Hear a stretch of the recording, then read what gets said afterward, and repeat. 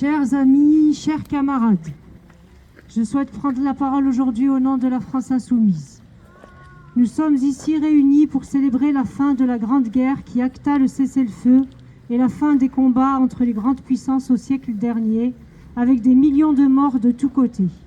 Principalement les ouvriers, les paysans, les petits fonctionnaires et les populations coloniales. Nous, insoumis, tenions à être présents aujourd'hui pour célébrer ce jour où les armes se sont tues. Nous nous rangeons toujours du côté de la paix. C'est pour cette raison que nos députés à l'Assemblée nationale ont censuré le gouvernement de Barnier, ont participé à la chute de celui de Bayrou et s'attellent à faire tomber celui de Lecornu. Nous ne voulons pas de leur budget et de leur politique de guerre. La France est aujourd'hui le deuxième exportateur d'armes au monde. Le nouveau Premier ministre est chargé de faire voter un budget qui prévoit des dizaines de milliards de coupes dans les écoles, les hôpitaux, les services publics, la sécurité sociale et les prestations sociales. Il prévoit des coupes budgétaires dans tous les budgets, sauf celui de l'armée, qui augmente de 7 milliards. La guerre se fait toujours sur le dos et au détriment des peuples. Nous voulons le cessez-le-feu, partout dans le monde, en Ukraine, au Soudan, au Yémen, mais aussi en Palestine. Voilà maintenant plus de 2 ans que nous sommes mobilisés pour que le génocide à Gaza, qui a fait des milliers de morts, dont la grande majorité sont des femmes et des enfants, cesse.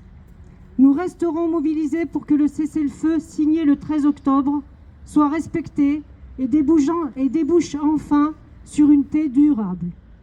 Nous ne pouvons tolérer les multiples violations du cessez-le-feu par Israël, dont l'une d'elles a fait plus de 100 morts en une nuit, et le non-respect des accords pour l'acheminement de l'aide humanitaire.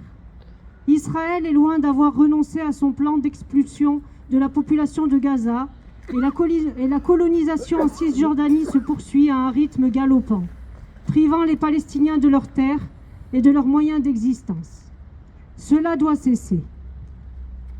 Si tu veux la paix, prépare la paix. Tous les moyens légaux doivent être utilisés pour soutenir la résistance du peuple palestinien jusqu'à la libération de Gaza et des territoires palestiniens et l'avènement d'un véritable État souverain.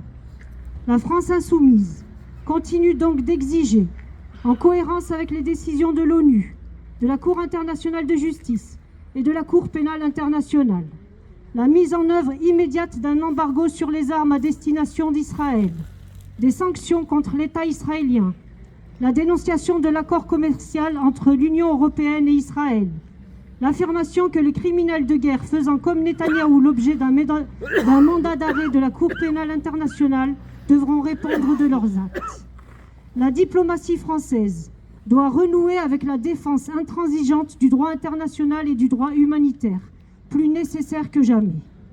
C'est pour cette raison que nous répondrons favorablement à l'appel de l'AFPS à participer à la manifestation nationale à Paris le 29 novembre en soutien au peuple palestinien. Nous appelons tous nos camarades à s'y rendre et nous mettrons tout en œuvre pour que cette manifestation soit massive, à l'image des grandes manifestations qui ont lieu depuis 2 ans partout dans le monde. Faisons de cette journée une réussite pour mettre fin au génocide à Gaza et revoyons-nous pour célébrer un cessez-le-feu définitif et permanent comme celui que nous sommes en train de célébrer aujourd'hui.